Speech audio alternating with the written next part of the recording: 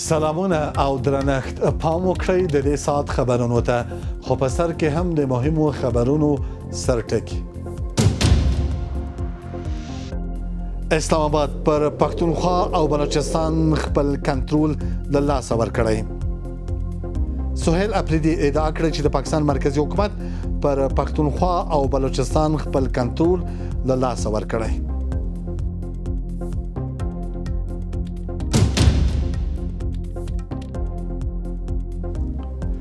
د واشنگټن او تهران ترمنځ د خبرو کوم پلان نشته. د امریکا سی بي اس شبکې د امریکای چارواکو له قوله راپور ورکړ چې د واشنگټن او تهران ترمنځ د نوو رسمي خبرو کوم پلان نشته. I think we're going to maybe get something, but I want to give them every last chance before decapitation. له ورستیو بریدونو او هغو راپورونو سره چې د ډیپلوماسۍ د ناکامېدو په اړه شکونه راپورته کړي، له ایران سره خبرې لا هم روانې دي. د کوم دلیل له مخې کله چې خبرې کوي نه خوښوي چې وایي خبرې روانې دي. هغوی وایي موږ غواړو د هرمز تنګي په اړه خبرې وکړو، خو زما له نظره تر ټولو مهمه موضوع د ایران بې اټمي کول دي، ځکه اصلي خبره همدا ده. زه هم د همدې لپاره دا کار کوم. مسکو د تهران او کابل د خبرو کوربه. په مسکو کې د افغانستان او ایران سفیرانو اقتصادي، روغتیايي، فرهنګي او سیمه‌ایزو بدلونو په اړه خبرې اترې کړې. این گفتگوها را و این نشست‌ها را از دید مثبت می‌نگریم و مطمئن هستیم که اگر این گفتگوها به پروژه‌های عملی و تطبیقی در افغانستان تبدیل شود، می‌تواند زمینه کارآمد برای مردم افغانستان مساعد بسازد، نرخ فقر و بیکاری را کاهش بدهد، تولیدات محصولات افغانستان کیفیت بیشتر پیدا می‌کند. دا هم پوره خبرونه. د پښتونخوا ملي عوامي ګوند مشر محمود خان اڅکزي ویلي چې د پاکستان اوسنی سیاسي نظام خپل مشروعیت بایللی او نور د دوام وړ نه دی.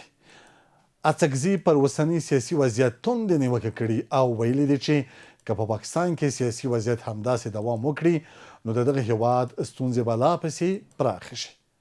محمود خان اڅکزي تر دې مخکې هم د پاکستان د اوسني حکومت پر تګلارو توندې نیوکې کړې وې او د سیاسي وضعیت د بدلون غوښتنه کړې وه. بلخوا د پاکستان د جمعیت اسلام ګوند مشر مولانا فضل الرحمن او یو شمېر نورو سیاسي څیرو د ګاونډي هیوادونو پر وړاندې د پاکستاني حکومت اوسنۍ تګلارې ناسمه بللې او په دغه هیواد کې د امنیتي وضعیت د خرابېدو لامل پاکستاني چارواکي بللي دي. په همدې حال کې د خیبر پښتونخوا اعلی وزیر سهیل اپریدي ادعا کړې چې د پاکستان مرکزی حکومت پر خیبر پښتونخوا او بلوچستان خپل کنټرول د لاسه ورکړی او نور باید د دغو سیمو خلک د ناکامو امنیتي پالیسیو قرباني نشي. د یادوله چې له تیرو څو کلونو راهیسې په پاکستان کې امنیتي وضعیت په بېساري توګه خراب شوی او د پاکستاني پوځیانو په ګډون زرګونه کسان د مخامخ جګړې، بمي چاودنو او هدفي بریدونو پر مهال وژل شوي دي. په دې اړه د لا بحث په موخه د پوځي او سیاسي چارو شنونکی اختر محمد راسخ را سره مېلمه دی. راسخ صاحب تاسو هم ښه راغلاست وایم. ولې په دې وروستیو کې د پاکستان واکمن نظام بدلون او اصلاحاتو موضوع ډېره توده شوې ده؟ بسم الله الرحمن الرحیم. ګران قدر فیض صاحب، سلامونه تاسو ته او تاسو د پروګرام ټولو معزز افغانانو لیدونکو اوریدونکو او تخنیکي همکارانو ته وړاندې کوم. علیکم السلام. د پښتنې پاک له عرض ورسوم چې تاسو بهتره معلومه ده چې پاکستان د تهداب نه تر دغه نه پورې د خپل ګاونډي هیوادونو سره او د خپل ولسونو سره د غلطو سیاستونو په لړ کې د مشکلات او بحرانونو سره لارې پراخه کړې ده او دغه د دومخې لوبې اثرات دی چې په دې سیمه کې ناامني پراخه شوې ده او د افغانستان او د بلوچستان او د کشمیر او د دې منطقې د ناامنیو له ادرسه دوی په میلیارډو ډالر د غربي استخباراتو له ادرسه ترلاسه کړل او دلته د نړۍ د ابوالقدرتانو د جګړې لپاره میدان ښه مساعد کړي او په دغه جګړه ییزو حالاتو کې دوی مثبت لاسته راوړنې لري. د پاکستان جنرالان او استخباراتي کړۍ په اوسني حالاتو د دوی د لوبې له اثره دی چې دغه د جنگ جګړه د اسلام آباد او د پاکستان لمنې نیولې ده او ورځ تر بلې دغه جنگ جګړه په سیمه کې پراخیږي غربي نړۍ استخبارات هم د پاکستان د یو ځل بیا د انزوا او د تجزیه په لور روانولو او د جګړه ییزو حالاتو سیمه کې پراخول په دې کې د غربي نړۍ استخبارات هم لاسونه پکې نغښتي تر څو پورې دغه وضعیت نور هم پراخه سي او ناامني نور هم پراخه سي چې پاکستان د اټومي پټۍ لپاره سترګې ګنډلې د امریکا او د امریکا استخبارات چې دغه اټومي پټۍ ترې واخلي او دا اټومي پټۍ په یو بهانه اخیستلی سي چې ناامني دلته پراخه سي دلته جنگ جګړه پراخي نو بنا ان پاکستان چې کومه لوبه خپل شروع کړې ده یا همغه لوبې قربانيان خپل پاکستان او د پاکستان ولس او د پاکستان اټومي پټۍ به هم یا همدغه جګړو قرباني کیږي به نو بنا ان دغه ویناوي چې نن محمود خان چکزای کوي کدی فضل الرحمن مولوی فضل الرحمن کوي او یا کدی اعلی وزیر د خیبر پختونخوا کوي یا نور د سیاسيونی کوي په واقعیت سره چې پاکستان د ګران په خله کې ولاړ دی او د یوې فشار سره د پاکستان به د سختو ضرباتو او سیاسي او اټومي او نظامی تلفاتو او سره به مخامخ کیږي نن بلوچستان ورستر بلې بلوچستان په خپل مبارزه کې خپل د حاکمیت ساحه پراخوي هم دغه څه په خیبر پختونخوا کې هم دغه جګړې ډېر په شدت سره روان دي ټي ټي پی پر مخ روان دي او د ټي ټي پی نه بغیر نور تنظیمونه راجوړ شوي دي چې هغه هم د پاکستان د استخباراتو او د جنرالانو د کړنو له ادرسه مسلط شوي دي او جنگ جګړې د همدغه نظام د رړنګولو لپاره شروع کړي د شاته خپل د پنجاب په سیمه کې د سند په سیمه کې او د پښتنو او د بلوچستانو او د کشمیریانو په سیمه کې خود دوی جنگ جګړه دائم روان وو او دا ورستر بل دغه پراخيږي فقط اهداف دا دي چې غربي نړۍ په دواړو حالاتو کې په ګټه کې دی یا وایم چې د غربي نړۍ استخبارات چې دغه پروګرام پاکستان ته ورکړی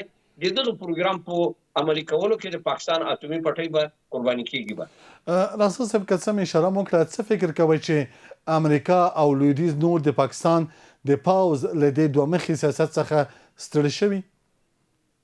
تقریبا ګوري دغه لوبه او دغه پروګرامونه چې پاکستان استخبارات یا جنرالانو مخته ویوړل او امریکا په دې باندې د هغه ورځې نه متوجه شوی چې کله چې اسامه بن لادن د آیت آباد په د اسلام آباد په ځړ کې پیدا ک او د هغه په نخښه کړل او تاسو به تر معلومه ده چې پاکستان دغه دوه مخه لوبه د همدغه نیمه پیړۍ په لړ کې مخته ویوړل او دغه د جنگ جګړو د پاکستان جنرالان د ښه سرمایو او د ښه پیسو خاوندان شوي دي او د دوی بانکونه ډک شوي دي نو اوس هم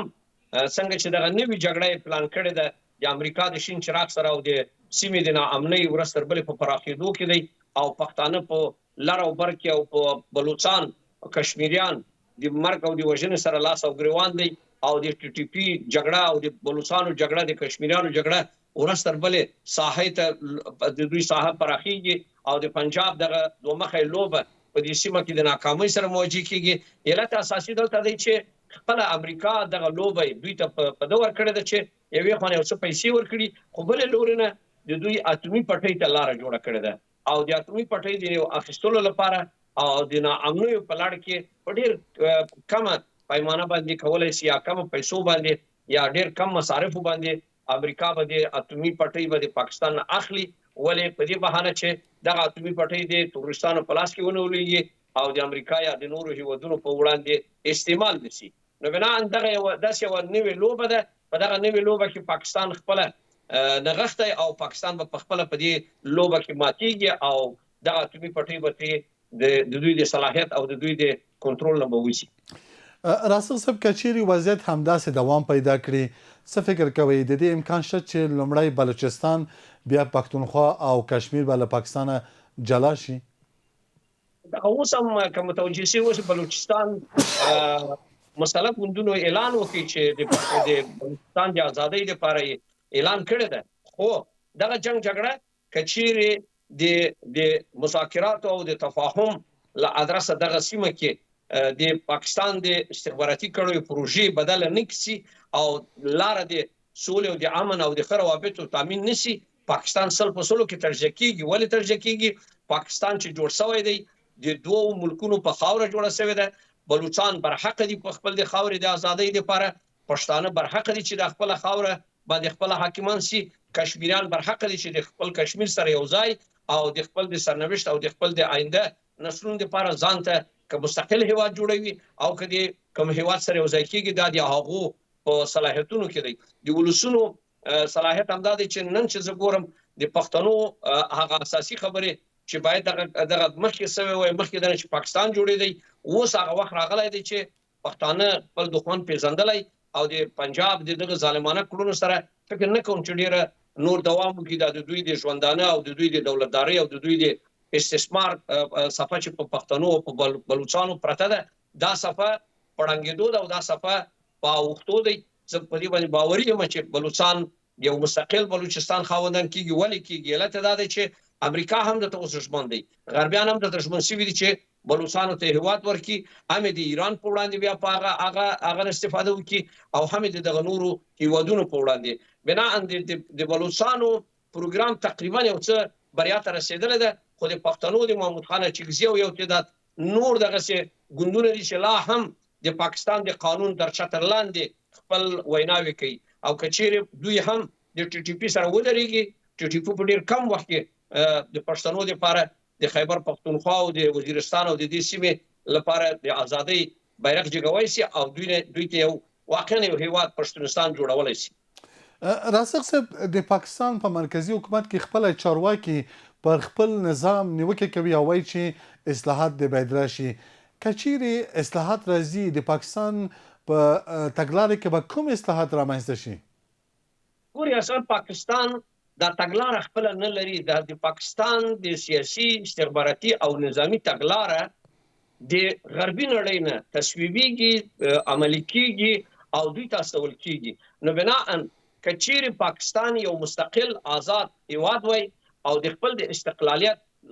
له ادرسه د خپل ګاونډیو هیوادونو سره د خپل د مشکلاتو د حلولو لپاره دغه میدان ته دنګلی وای، دا به د دوی د بقا او د دوی د بسیا لپاره ډېره